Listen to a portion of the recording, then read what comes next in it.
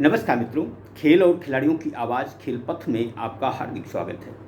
मित्रों, फ्रांस की राजधानी पेरिस में 26 जुलाई से 11 अगस्त तक होने वाले ओलंपिक खेलों में न केवल भारतीय खिलाड़ी शिरकत कर रहे हैं, बल्कि कुछ खेलों में भारत को एक से अधिक पदक की उम्मीद है। पेरिस ओलंपिक में हिस्सा लेने वाले भारतीय पहलवानों की तैयारियां भी मुकम्मल हो रही हैं। कुश्ती ओलंपिक में भारत का सबसे पुराना खेल है। 1920 के ओलंपिक में भी भारतीय कुश्ती दल भेजा गया था, जिसमें 2 पहलवान शामिल थे।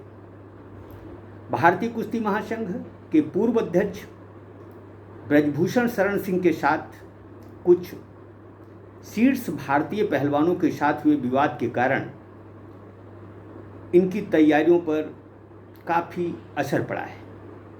लेकिन कुश्ती में पहलवानों का प्रदर्शन बेहतर रहा है और भारत को पिछले 4 ओलंपिक्स में कुश्ती में कोई न कोई मेडल जरूर मिला है।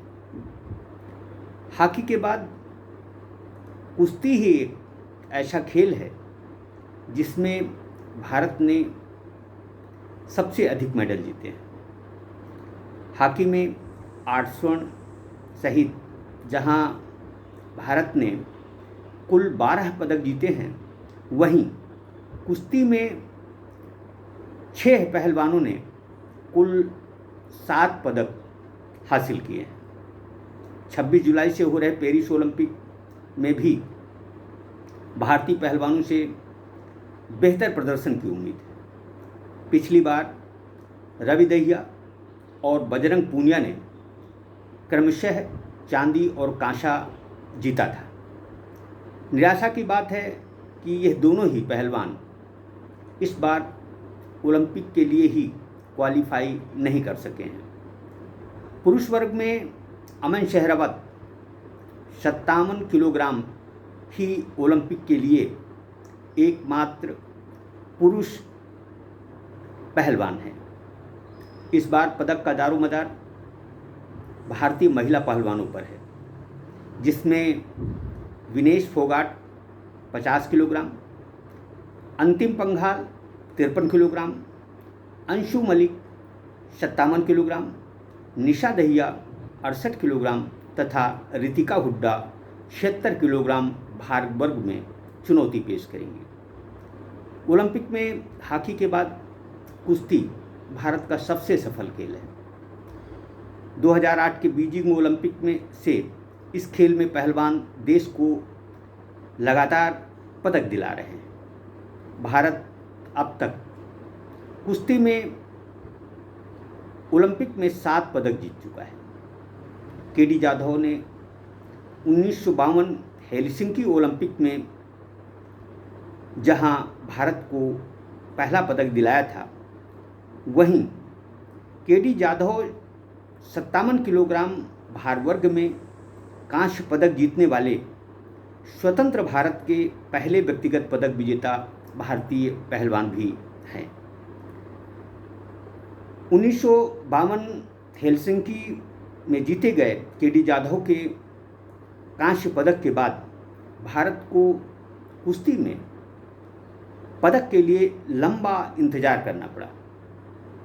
यह इंतजार इतना लंबा था कि 2008 में सुशील कुमार ने 66 किलो भार वर्ग में कांस्य पदक जीता था। यह ओलंपिक बीजिंग में हुए थे। उसके बाद 2012 में सुशील कुमार ने, जो कि लंदन में ओलंपिक हुए, उसमें चांदी का तमगा जीता।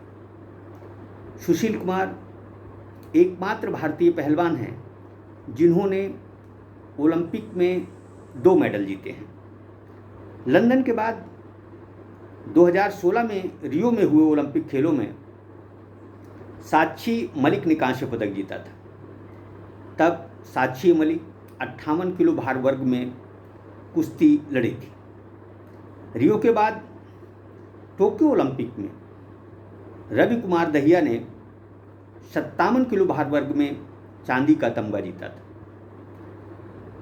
उसी तरह से टोक्यो में ही बजरंग पूनिया ने 65 किलोग्राम भार वर्ग में कांस्य पदक जीतकर भारत के गौरव को बढ़ाया था।